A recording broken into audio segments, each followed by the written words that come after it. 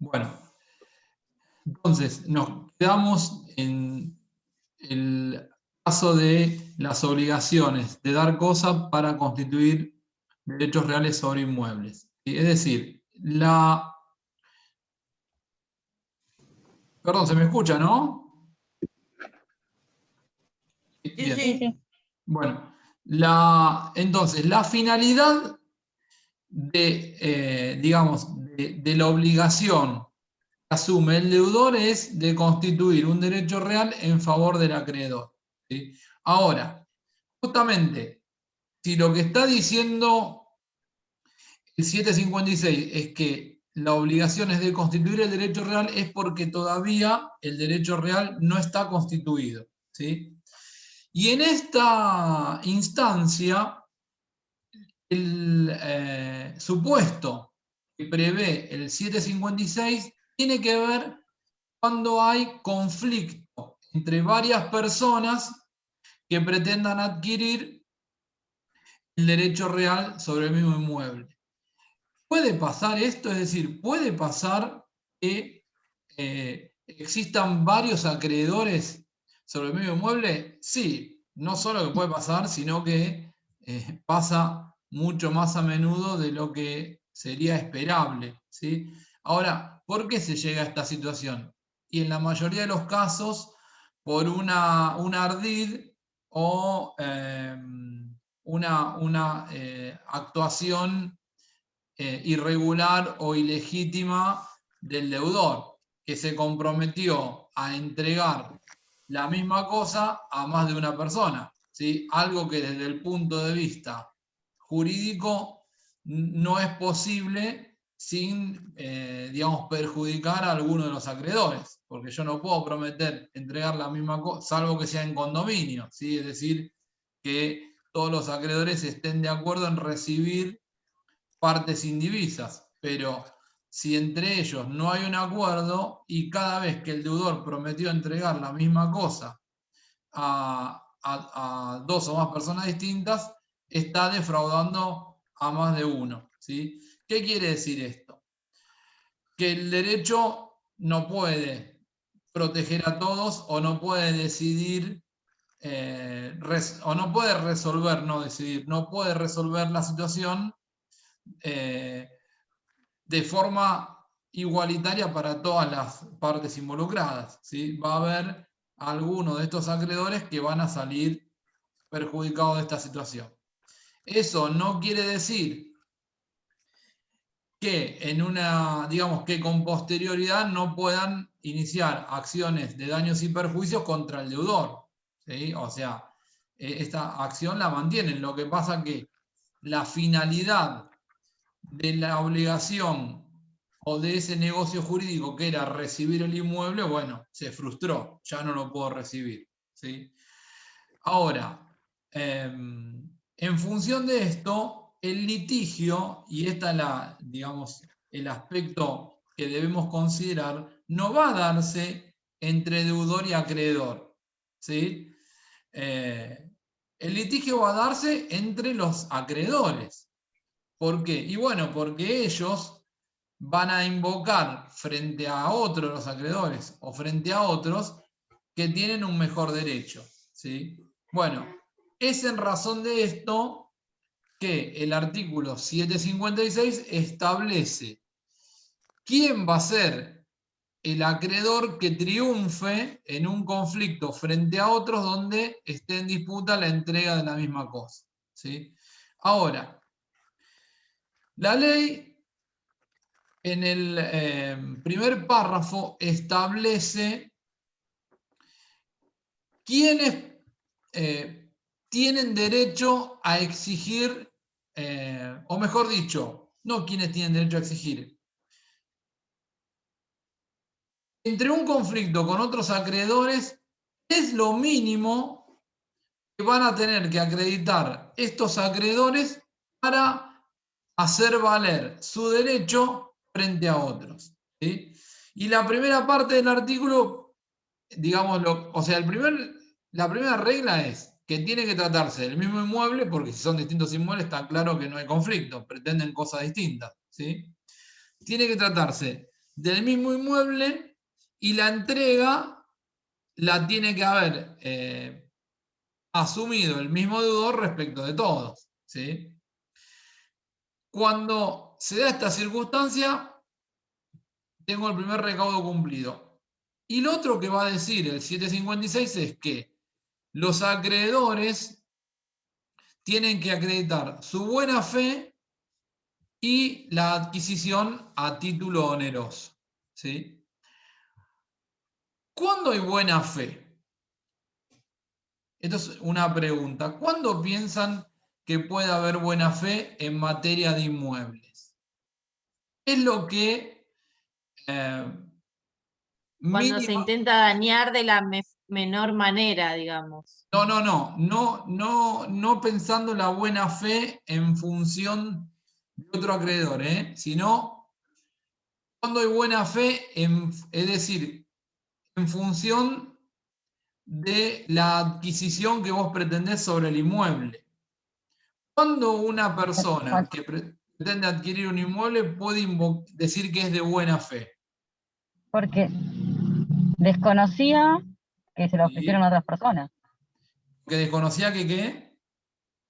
que se lo habían ofrecido a otras personas a la venta. Ese es uno de los recaudos. Muy bien. Pero hay algo más. Acuérdense, voy a volver un poquito en la diapositiva. Acuérdense estas reglas para adquirir derechos reales sobre inmuebles. Para adquirir un derecho real sobre un inmueble, yo necesito, perdón, derechos reales, no sobre inmuebles, ahora particularizamos. Para adquirir derechos reales sobre inmuebles, recuerden, yo necesito título suficiente, es decir, acto jurídico instrumentado por escritura pública, ¿sí? Más el modo suficiente, es decir, la entrega de la cosa. Vuelvo. Por ejemplo, una persona que tiene un contrato de compraventa suscripto por un documento privado, ¿podría alegar buena fe en función de lo que exige el artículo 1892 del Código para adquirir un derecho real sobre un inmueble? No. No, porque es privado, no es público. Porque le falta a ese acto la forma de la escritura pública, ¿sí? Ahora,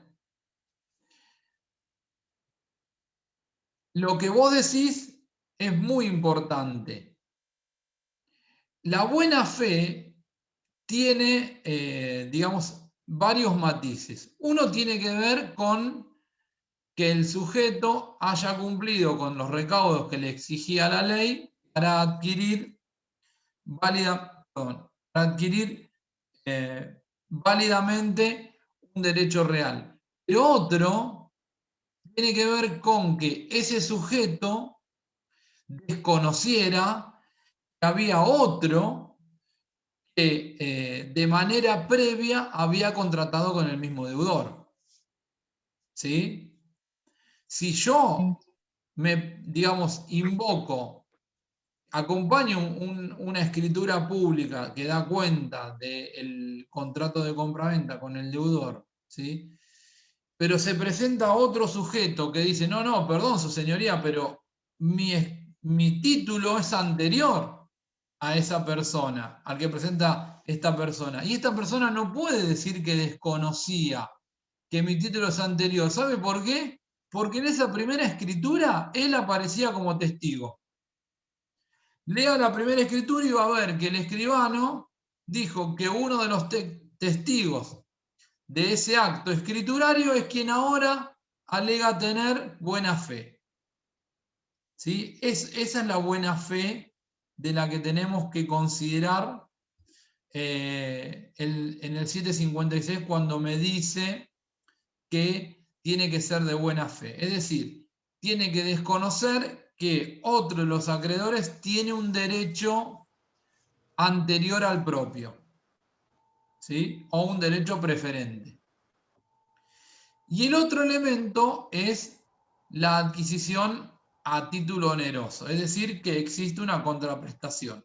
Alguien que es donatario, es decir, que la recibe a título gratuito, no puede invocar la oponibilidad de su derecho frente a otro acreedor, ¿sí? Es decir, la ley premia, por ponerlo de una manera, a aquel que asume un esfuerzo económico frente al deudor en desmedro de quien recibe de manera como una generosidad a título gratuito la entrega de una cosa, ¿sí?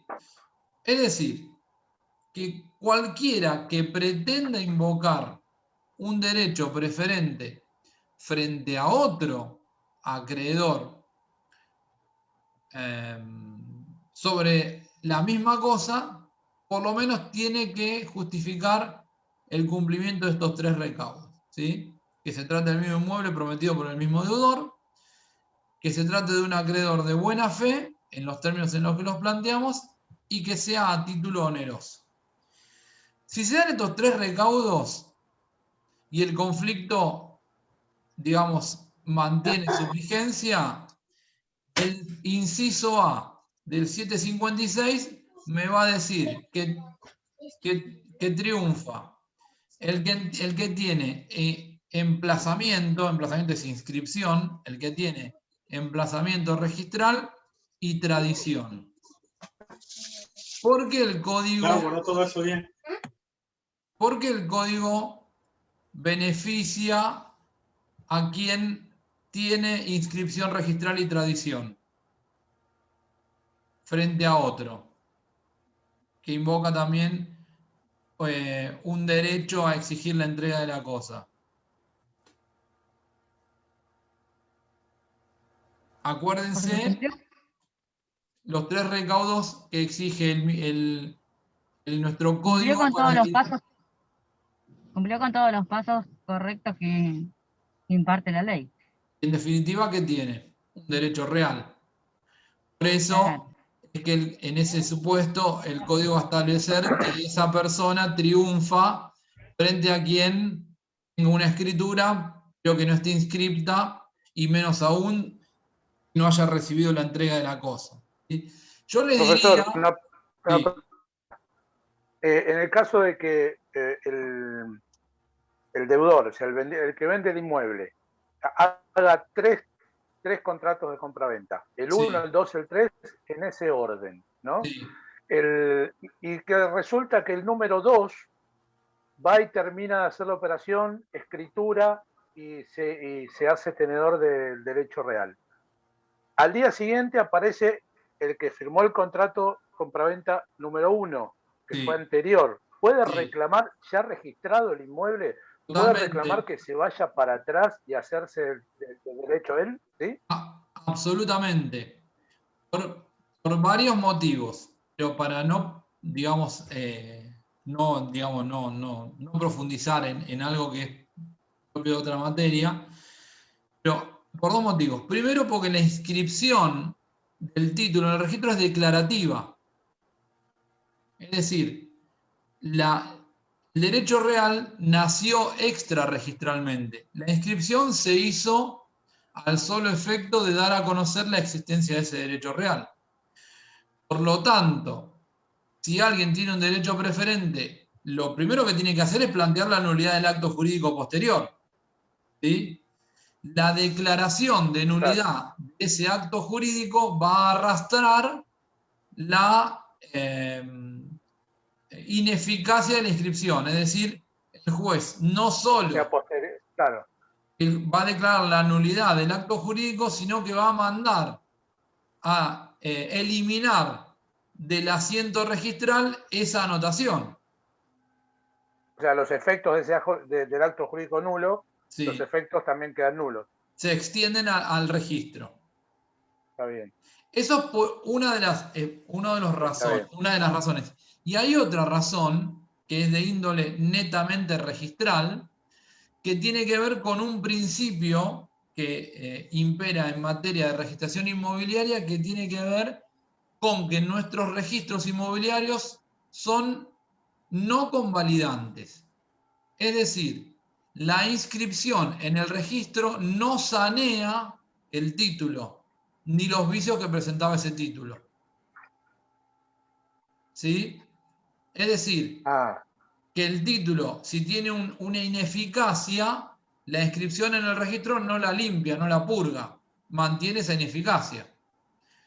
Por lo que, declarada la nulidad del acto jurídico... ¿Cómo es el principio? Disculpe, me dijo el principio de... No convalidación. De no O convalidación. sea que si viene viciado el título, va a permanecer ese vicio que tenga, digamos. Absolutamente. El vicio, la inscripción en el registro no limpia la ineficacia del acto jurídico. ¿Sí? Que esto es una consecuencia de que nuestro sistema registral es declarativo. Si la finalidad del registro no es constituir derechos reales sobre inmuebles, sino que la sociedad pueda acceder a la información, declarada la nulidad del acto jurídico, arrastra a la inscripción registral.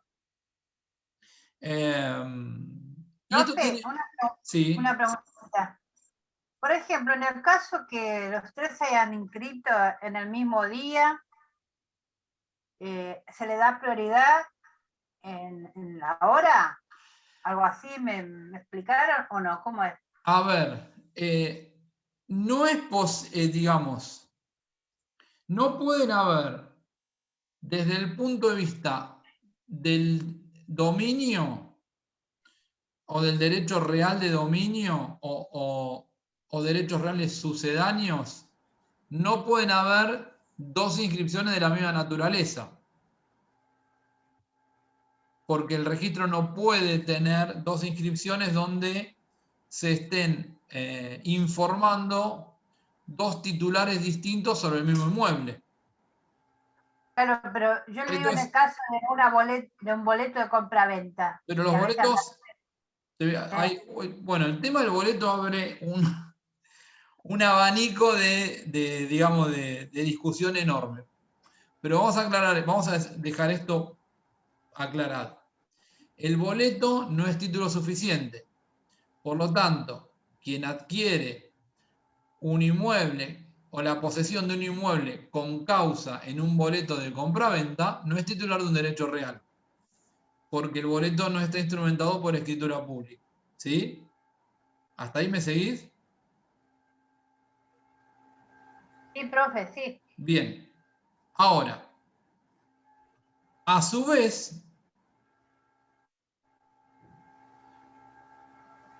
hay una discusión de muchos años sobre si es posible inscribir un boleto en el registro de la propiedad inmueble. Y acá, como regla, te diría que no, salvo que una ley o una disposición del propio registro permita la inscripción de los boletos. ¿Hasta ahí me siguen? Sí. Y esto, miren, es así de vacilante como se los digo. Por ejemplo, en provincia de Buenos Aires, en los últimos 10 años, 4 veces el registro de la propiedad inmueble dictó disposiciones por las que permitió la inscripción de boletos. 2 años después dictó otra disposición que no permitió la inscripción de boletos. 2 años después dictó una disposición que permitió la inscripción de boletos y 2 años después dictó otra que la prohibió. ¿Sí? Por eso les digo que es algo, el tema de la inscripción de los boletos es algo muy vacilante en materia registral. Ahora bien, en los casos en los que se ha permitido la inscripción de un boleto, donde se anota el boleto no es donde se asientan los propietarios, sino en una columna que se denomina de gravámenes. Es decir, el boleto no se asienta como un dominio, sino como un gravamen. ¿Sí? Ahora, en unos minutos se va a cortar el Zoom. Cuando volvemos a entrar, voy a compartirles lo que se llama un folio real, que es esta matrícula donde se asientan los inmuebles para que vean esto en los hechos, porque yo puedo hablarles mucho, pero si ustedes no ven un informe de dominio va a ser complicado que imaginen en la realidad cómo funciona esto, ¿sí? Pero avancemos un poco más y les prometo que cuando volvemos lo primero que hago es compartir un formulario del registro. Ahora, les decía, el caso la primera hipótesis que resuelve el 756 es el caso menos complejo de todos, porque nunca va a dar, digamos, casi nunca va a darse un conflicto entre alguien que tenga título suficiente, modo suficiente e inscripción registral y alguien que solo tenga título suficiente. Porque ese que tiene título suficiente, lo más probable es que no pueda probar su buena fe. ¿Sí? ¿Por qué? Porque tuvo varias formas de conocer que el derecho que tenía a la entrega de la cosa le correspondía de forma previa a otra. ¿Por qué? O porque la escritura estaba inscripta o porque el sujeto tenía la posesión. Por lo tanto, o podía pedir un informe de dominio para verificar quién tenía el título inscrito a su nombre, o podía ir directamente a donde está ubicado el inmueble y ver quién lo estaba poseyendo. Entonces, fuera por un camino o fuera por el otro, el sujeto sabía de la existencia de un mejor derecho en otra persona. ¿Sí? ¿Se entiende esto? Sí, perfecto. Entonces, va a ser el caso menos problemático de todos. De todas maneras, bueno, digamos, el código fue, o el legislador fue, del caso menos complejo al más complejo. ¿Sí? Segunda hipótesis. Ambos tienen título, pero ninguno recibió la posesión. ¿Quién triunfa? El primero que recibe la posesión. ¿Sí? ¿Se entienden? Bien. Profe, siempre Cuando dice triunfa el que ha recibido la tradición, se refiere al que se le ha hecho entrega de la cosa. Sí, te escucho. pero siempre que, o sea, el inmueble registrado, siempre se habla de inmuebles registrados, aunque diga ahí recibido la tradición, porque especifica en el primer, o sea, en la primera hipótesis habla de inscripción y en la segunda hipótesis no habla de inscripción. Porque no hay Solo inscripción. Se toma. No hay inscripción. Eso. Mirá, vos tenés una persona dueña del inmueble, ¿sí? Es decir, tiene título suficiente, es decir, lo adquirió por, no sé, por contrato de compraventa instrumentado por escritura pública, tiene la posesión del inmueble y tiene el título inscrito en el registro, ¿sí? Es titular del derecho real. Ahora, mirá el caso. Esa persona suscribió una escritura pública con una persona, ¿sí? Y suscribió la misma escritura pública con otra persona. Ninguna de las dos tienen título, pero ninguna de las dos tienen la posesión ni tienen la inscripción del título en el registro. Esa es la segunda hipótesis que me resuelve el inciso B.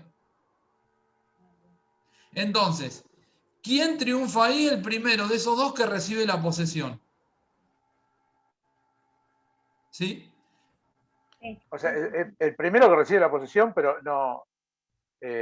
Claro, pero a ver, los dos títulos de la escritura pública, aunque no esté registrada, no tienen un orden cronológico, ¿no debería ser el que primero hizo la escritura? Entonces, No. acá estamos hablando de un escribano que No, si a hay. sabiendas.